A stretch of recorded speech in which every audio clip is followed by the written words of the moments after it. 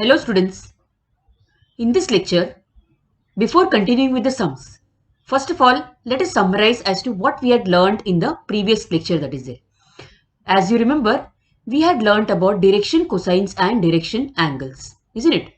So, first of all, we had learned that for a given line, alpha, beta and gamma are the angles made by the line with the positive x, y and z axis.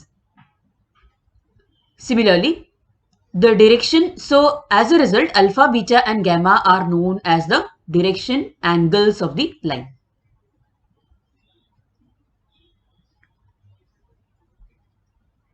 Why do we call them as direction angles? Because they are directed in the anti-clockwise direction.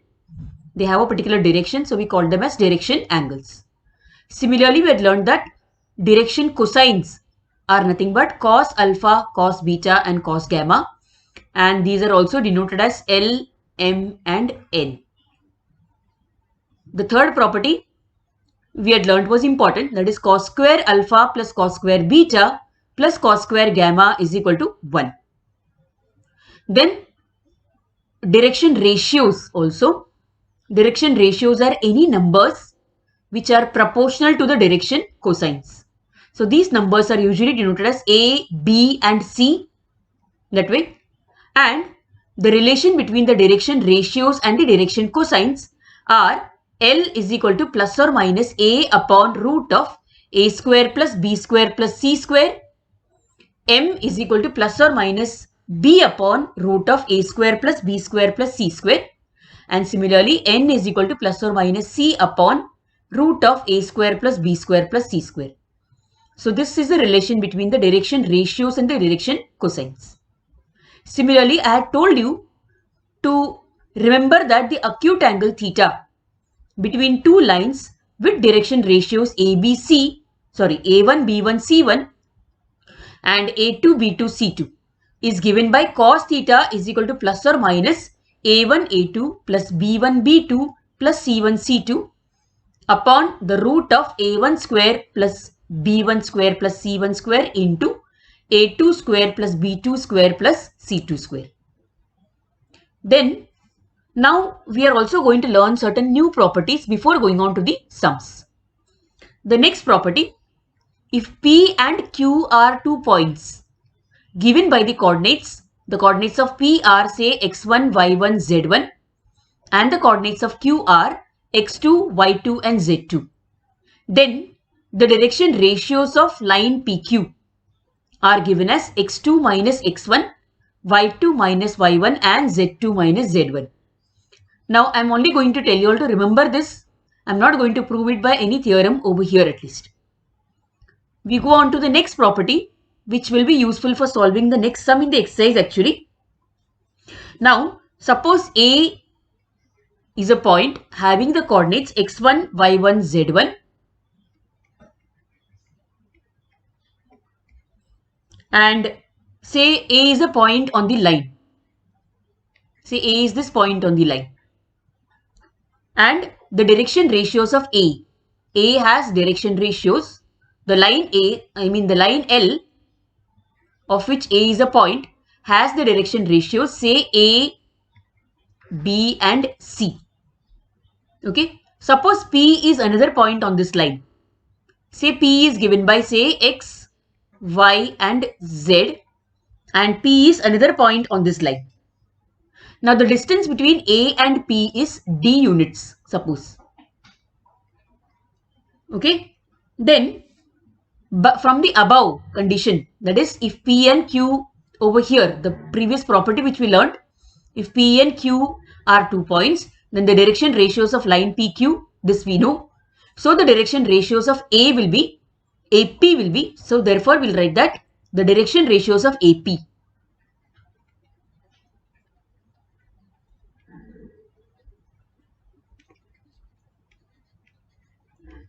are given as x minus x1. So we write the direction ratios as usually A, B and C. So we'll write over here A is equal to x minus x1 from the previous property. B is equal to y minus y1 and C is equal to z minus z1. Then in this case, suppose we have LMN as the direction cosines of the line. Then we have L is equal to plus or minus using the formula A upon root of A square plus B square plus C square, which turns out to be plus or minus A upon D. Similarly, M is equal to plus or minus B upon the same thing, which is plus or minus A B upon D in this case.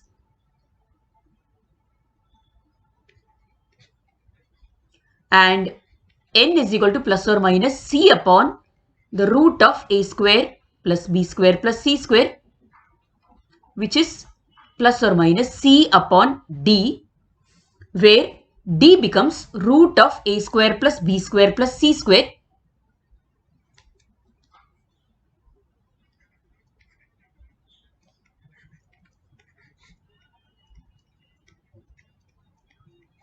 And this A square plus B square plus C square is nothing but A square becomes x minus x1 the whole square plus y minus y1 the whole square plus, for C square we write z minus z1 the whole square. That becomes our D, and therefore we have A is equal to plus or minus LD from this particular property. Okay, from this particular point, that is L is equal to plus or minus A upon D. So A becomes plus or minus LD. So let me write it over here. So A is equal to plus or minus this property, B is equal to plus or minus MD, and C is equal to plus or minus ND. Okay, then therefore from this case A means x minus x1. So x minus x1 is plus or minus LD.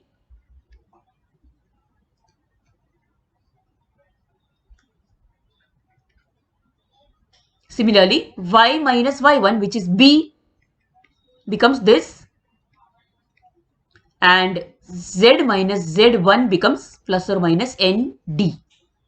Okay, and therefore from this we have x is equal to x1 plus or minus LD, y is in the same way,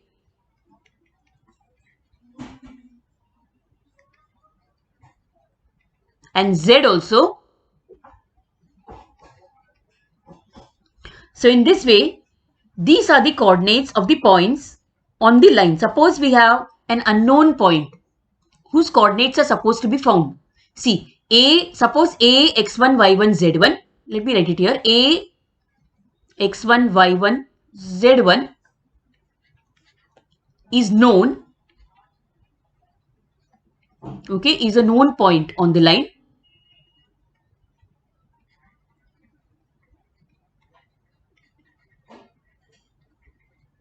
Therefore, any other point.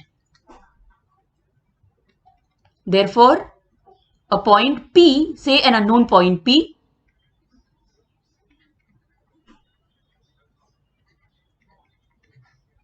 say xyz, on the same line is given by the above formula, can be found by the above formula.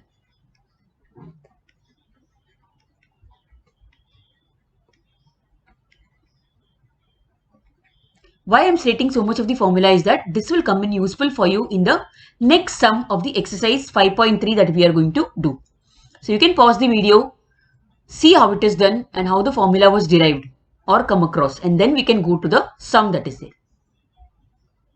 So coming to the sum, the 13th question of exercise 5.3. There are two more questions remaining, 13th and 14th. Out of that, the 13th question, it is of exercise 5.3 of your textbook, and the question is the direction ratios of AB bar are minus 2, 2, 1. If A is equal to 4, 1, 5 and length AB is equal to 6 units, then find B. It is exactly like this formula which we are going to use, isn't it? The unknown points are going to be found by this particular formula. Okay, so coming to the sum over here, Over here, the direction ratios of AB are given. So, A is equal to -2, B is equal to 2 and C is equal to 1. This is all given to us. Therefore, the direction cosines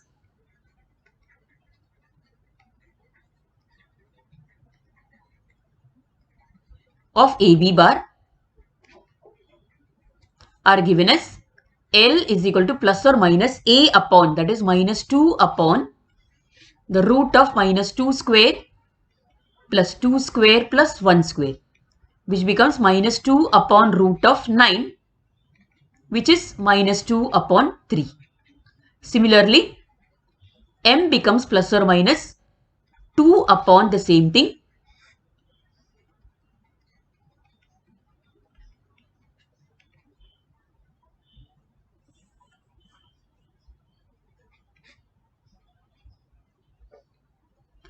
If you are confused as to why we do not write plus or minus over here, you can ask me always in the answer why we don't write it. I'll tell you to you that time. Okay, if you're confused or if you're interested in finding out that. Anyway, the convention is that in the answer for LMN, we usually do not write plus or minus sign, although it is understood that it is there. Okay.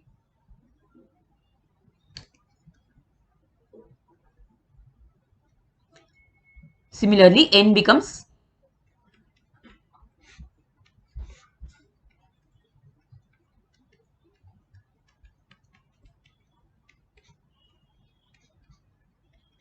thus we get all the three direction cosines which are there.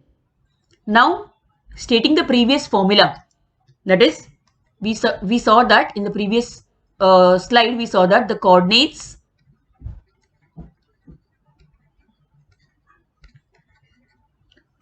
of the points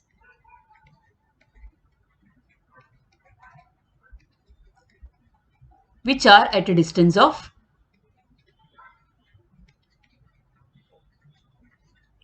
d units from the point, say, x1, y1, z1.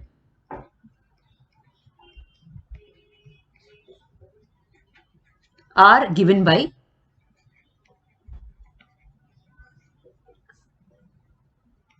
x becomes x1 plus or minus LD. The other point y becomes y1 plus or minus MD. And the third point, that is third coordinate, z becomes z1 plus or minus ND. So in this way we find the coordinates of the required point which is there. So in this case we have x1, y1, z1 as 4, 1 and 5. So x1 is 4, y1 is 1 as they are given and z1 is 5. And similarly the distance D is given as 6 units. So D is equal to 6. Okay. And L, M and N we just now found out. L was -2 by 3, M was 2 by 3 and N was 1 by 3. And therefore substituting this, therefore the required coordinates are, the coordinates of the required point are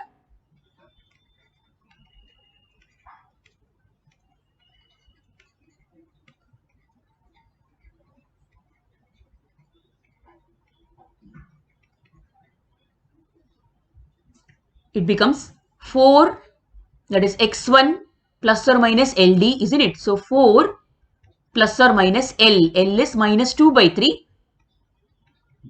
into D, that is 6. Similarly, the next point 1 plus or minus -2 upon 3 into 6. And similarly, M becomes, that is the third point becomes 5 plus or minus 1 upon 3 into 6. Over here, the minus sign is not there because M is just 2 by 3.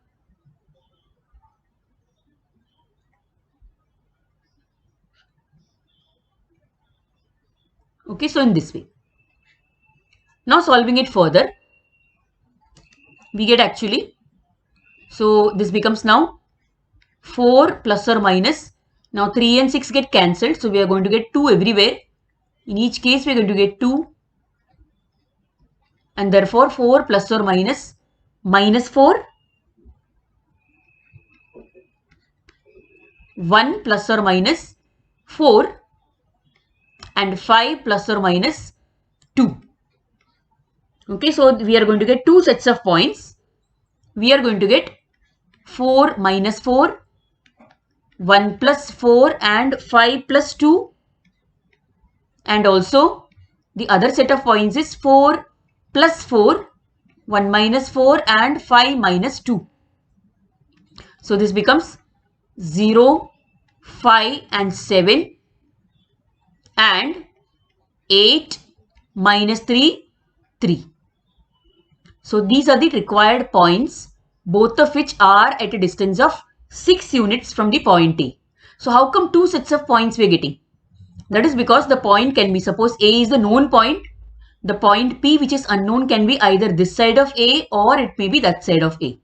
Okay, on the left side of A or on the right side of A, and therefore we get two sets of coordinates for P that is there. P can be here or P can be here. That is the reason why we are getting two sets of coordinates. Okay. Now going on to the 14th sum. The question is find the angle between the lines whose direction cosines L, M, N satisfy the equations phi L plus M plus 3N is equal to 0 and phi Mn minus 2NL plus 6LM is equal to 0. So there are two lines. The direction cosines LMN satisfy both these equations for the lines, and therefore we have to find the angle between the lines which is there. So in this case, phi L plus M plus 3N is equal to 0. Now from this we get M is equal to minus phi L minus phi L plus 3N, 3N in this case, isn't it? And therefore putting this value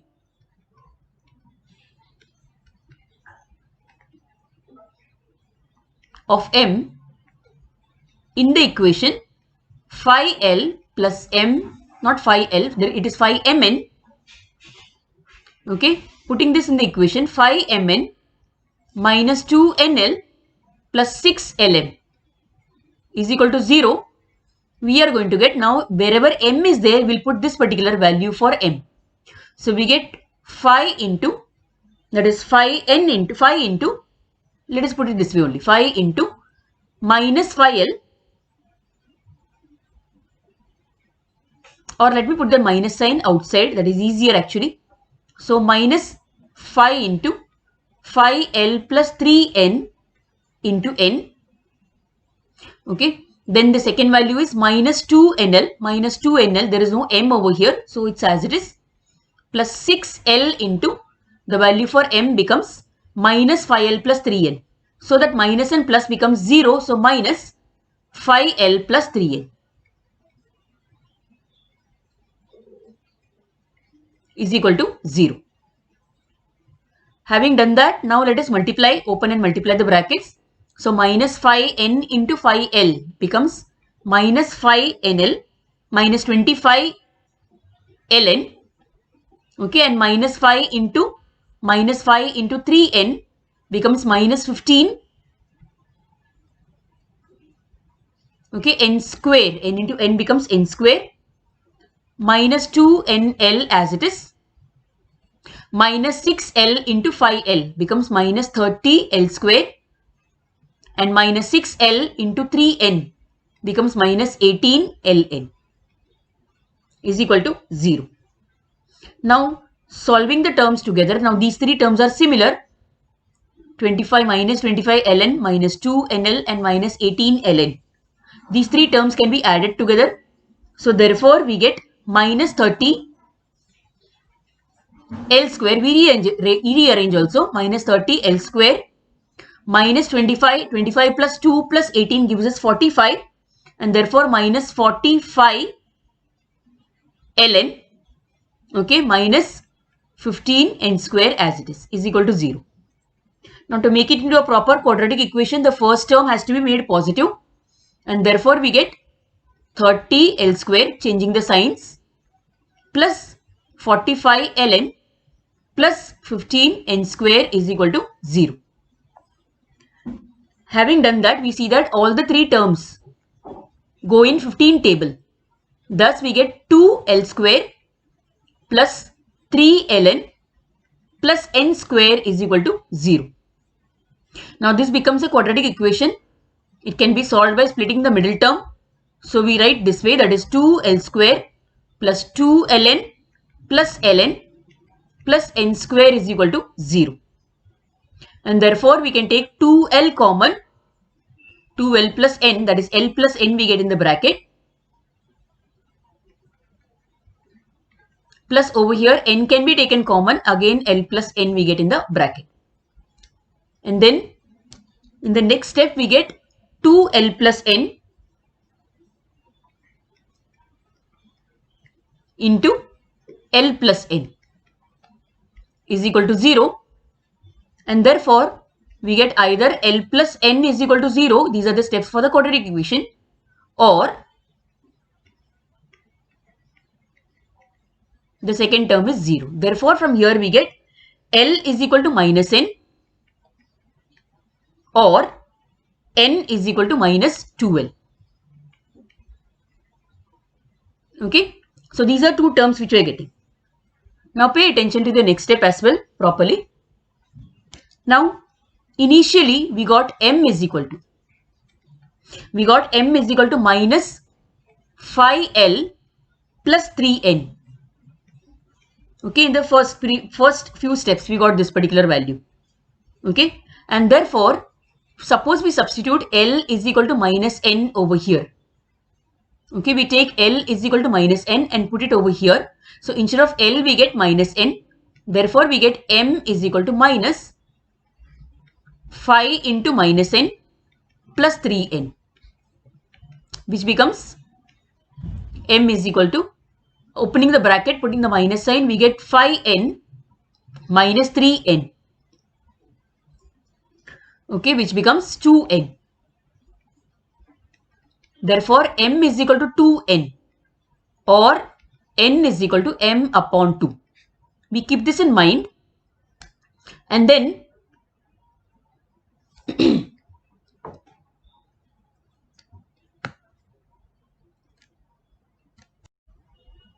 now from this particular term, okay, from L is equal to minus n, we also get n is equal to minus L.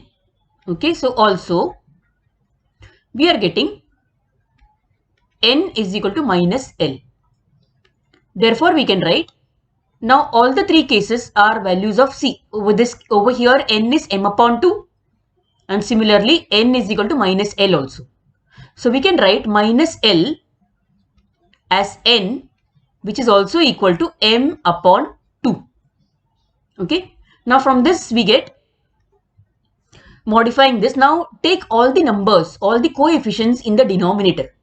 So we get L upon minus 1 is equal to n upon 1 is equal to m upon 2. Now in the previous lecture, we have learned that L upon A, if we have L upon A is equal to m upon B is equal to n upon C. In that case, A, B, C are known as the direction ratios of the line. Okay, for a particular line, where you know that L, M, N are nothing but the direction cosines of the line. So, using that property over here, we get the direction ratios of the first line. So, therefore, the direction ratios of the first line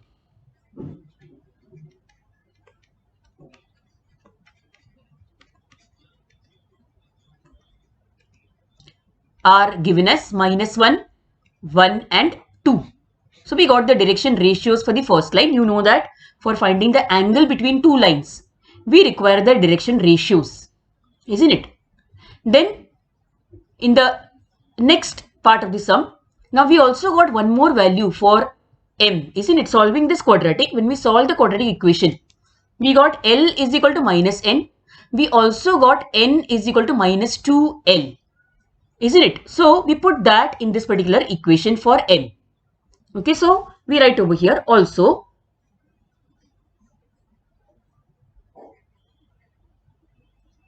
Okay, we have n is equal to minus 2l. Now, m is actually minus, this value was minus 5l plus 3n, isn't it?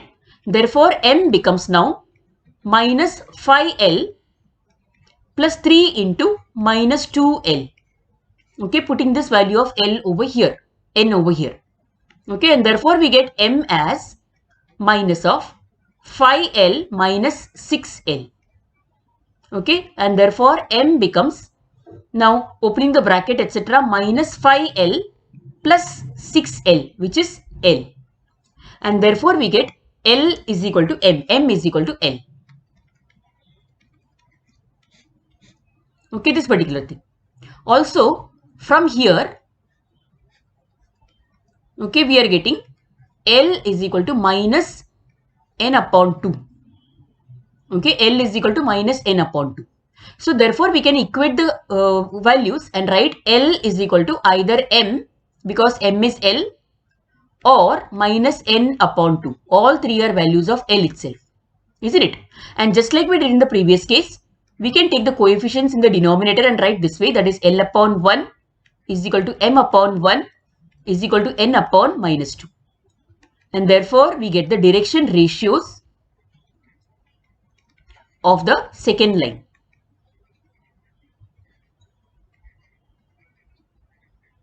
Which are 1, 1 and minus 2.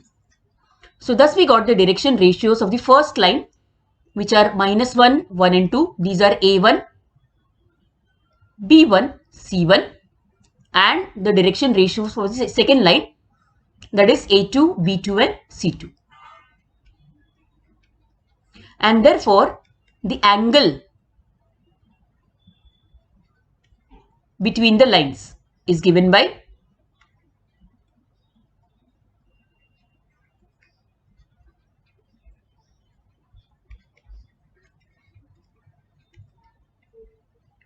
which is given by cos theta is equal to the mod of A1 A2 plus B1 B2 plus C1 C2, a formula which we learned previously, the whole upon root of A1 square. The whole formula I am writing over here.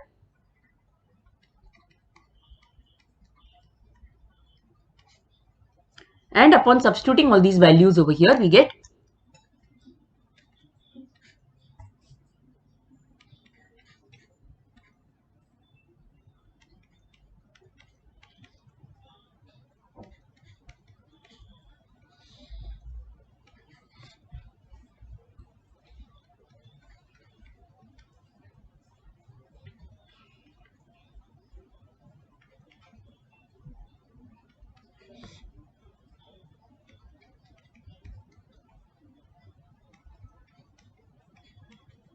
okay.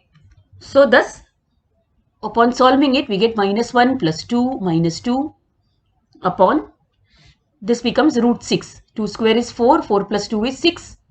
So, root 6 into root 6, which comes out as mod of minus 1 upon 6. Upon coming out of the mod sign, it becomes 1 upon 6. And therefore, theta becomes cos inverse of 1 upon 6, that is it. So, thus we find the answer for cos theta, that is the angle, theta, angle between two lines which is there. Now, that finished with the sums with respect to exercise 5.3. Now, there are still some more sums dealing with certain formulae, and these are given in miscellaneous exercise 5. Before going on to those few sums which are there, we learn this particular concept that is there. That is, suppose there is a vector A bar, then A bar can be written as A1i plus A2j plus A3j, A3k, that is there. Okay, these are the components of A bar. Now, suppose alpha, beta and gamma are the direction cosines of the vector A bar, then cos alpha is equal to A1 upon A bar, cos beta is equal to A2 upon A bar, mod A bar, and cos gamma is equal to A3 upon mod A bar. Okay, again, this particular fact we have seen in the previous lecture itself. So from this we get A1 is equal to mod A cos alpha, A2 becomes mod A cos beta, and A3 becomes mod A cos gamma. So we can substitute the values over here in this particular equation. So instead of A1 we write mod A cos alpha, and accordingly A2 and A3 are also substituted over here. So we take A bar mod A common. So mod A, when we take common, in the bracket we are going to get cos alpha I bar I cap plus cos beta j cap plus cos gamma k cap. Therefore, taking mod A on the LHS, we get A bar upon mod A, which is on RHS cos alpha I plus cos beta j plus cos gamma k. Now A bar upon mod A bar is nothing but A cap, the unit vector along A bar. And therefore, this is the formula for finding the unit vector along A bar. Okay. So this one will be applying in the next sum that is there. And this sum has been taken from miscellaneous exercise 5.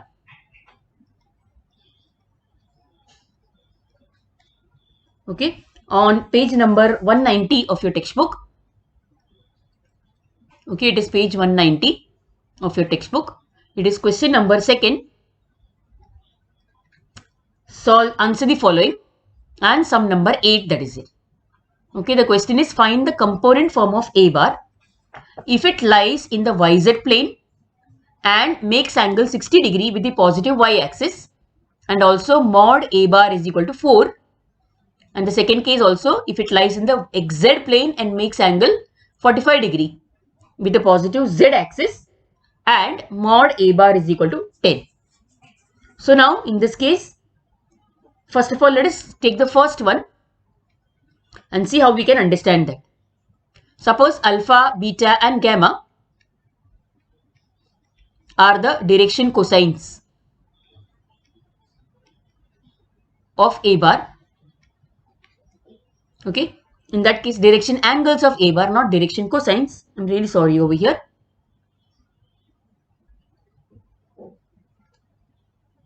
Okay. Then in this case, alpha is given already. Alpha is not given. Sorry, we have beta given there.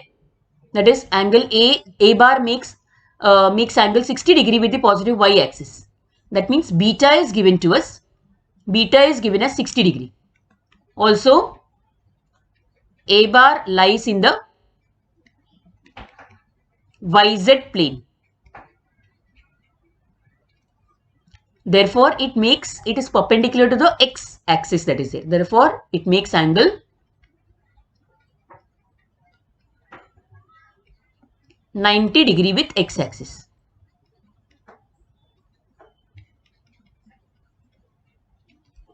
Therefore, alpha, the angle made by it with the X axis, is 90 degree. So, alpha and beta we know. We can find gamma and then continue our sum, that is it. For finding gamma, we will use this particular property, that is cos square alpha plus cos square beta plus cos square gamma is equal to 1, and therefore we have cos square 90 plus cos square 60 plus cos square gamma is equal to 1. We know that cos 90 is 0, so we get 0 plus cos 60 is 1 upon 2. So 1 upon 2 the whole square plus cos square gamma is equal to 1. Therefore, cos square gamma becomes 1 minus 1 upon 4, which is 3 upon 4. And therefore cos gamma will be plus or minus root 3 by 2. Okay. Now, the unit vector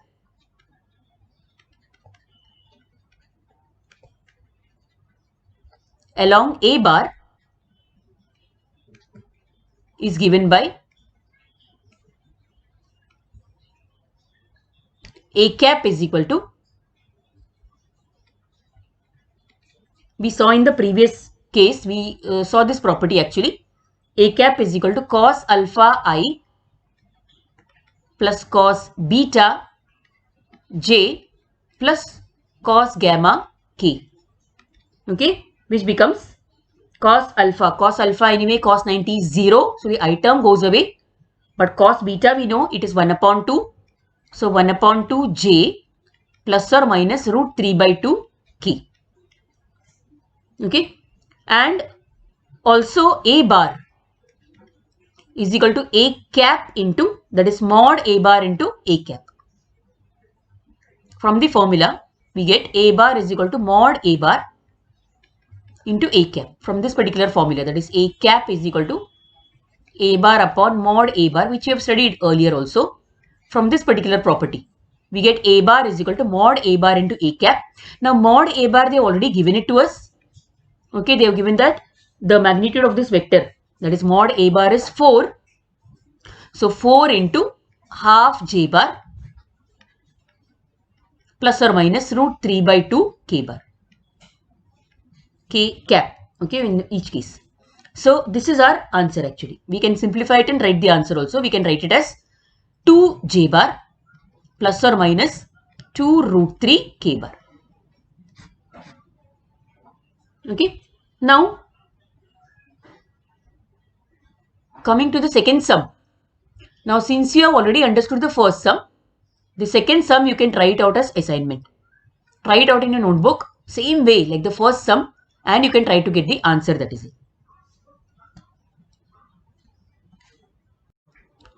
In the 27th sum, the question is find the direction cosines and direction angles of the vector. First case, it is 2i plus j plus 2k. So, suppose a bar is equal to 2i plus j plus 2k. Now from a bar, we get mod a bar, which is the root of 2 square plus 1 square plus 2 square, which turns out to be root of 4 plus 1 plus 4, which is root 9, and that is 3. Okay, now a unit vector along a bar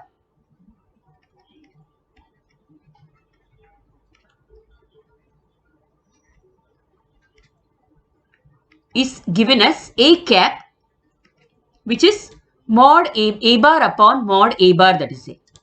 Okay, it is a bar upon mod a bar.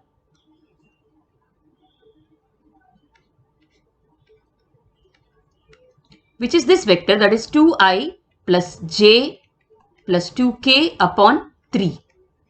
So we have 2 upon 3i plus 1 upon 3j plus 2 upon 3k. Now remember, we had seen earlier that a unit vector is usually written as cos alpha I plus cos beta j in terms of the direction cosines plus cos gamma k. Okay, so therefore we have cos alpha is equal to 2 upon 3, cos beta is equal to 1 upon 3, and cos gamma is equal to 2 upon 3. So these are the direction cosines of the vector. We also have to find the direction angles of the vector. Therefore, the direction angles are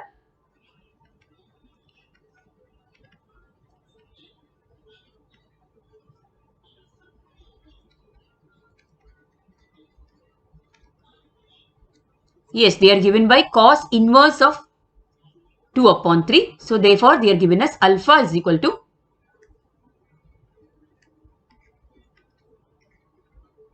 cos inverse of 2 upon 3, beta is equal to cos inverse of 1 upon 3, and gamma is equal to cos inverse of 2 upon 3 again. So thus these are the direction angles of the vector, that is it.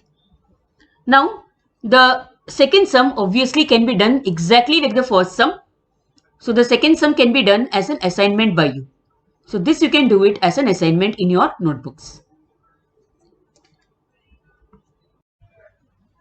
The next sum, show that no line in space can make angle pi by 6 and pi by 4 with the x-axis and the y-axis.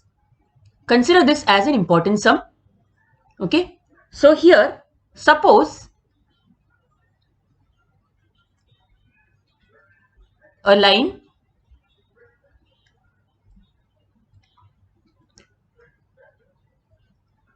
makes angles pi by 6 and pi by 4. Let us suppose that it is there with the x-axis and the y-axis. Okay, therefore we have, so in this case alpha is equal to pi by 6 and beta is equal to pi by 4, that is it. Now, suppose gamma is the angle made by the line with the z-axis. In that case we have cos square alpha. So because we have cos square alpha plus cos square beta plus cos square gamma is equal to 1. Let us try and find what is gamma. What is the value for gamma, that is it. So therefore we have cos square pi by 6, which is cos square 30, plus cos square pi by 4, which is cos square 45, plus cos square gamma is equal to 1. So now in this case, now cos square 30 becomes root 3 by 2 the whole square. So therefore root 3 by 2 the whole square plus cos square 45. So 1 upon root 2 the whole square plus cos square gamma is equal to 1. Then solving it further, we have 3 by 4 plus 1 upon 2 plus cos square gamma. And therefore, we get cos square gamma as 1 minus 3 by 4 minus 1 by 2. Now, equalizing the denominator, taking the LCM as 4, we get 4 minus 3 minus 1 upon 4. Minus 1 nahi, minus 2 upon 4. Okay, so thus we get 1 upon 4, isn't it? Sorry, we get minus 1 upon 4. So cos square gamma becomes minus 1 upon 4.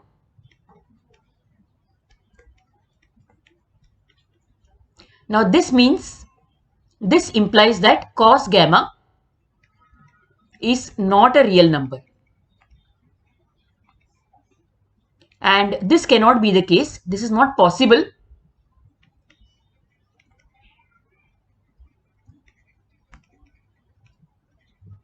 Because cos alpha, beta, gamma are all real numbers.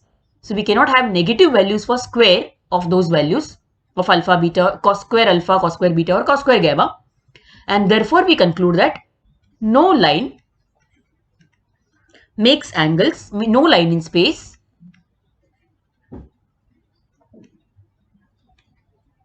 can make angles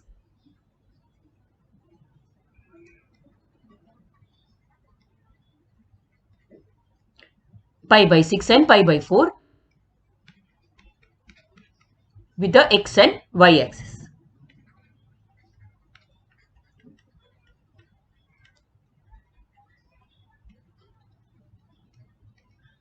Thus the sum is done. Now this particular sum is very much similar to question number 14 of exercise 5.3. So you can refer to question 14 which we solved today. It was the second sum that we solved today of exercise 5.3. Okay, so you can refer to the question and do it as an assignment. It is very similar to that sum. Steps are all similar. So try the sum out as assignment. So with this we finish all possible sums which are directly dealing with direction cosines and direction angles. In the next lecture, we are going to go through vector product of vectors. So far we dealt with scalar product of vectors. We are going to apply the scalar product also over there when we do the sum. So these are concepts which you have to keep in mind now for a very long time actually. So stay safe and healthy. We'll meet in the next lecture. Bye students.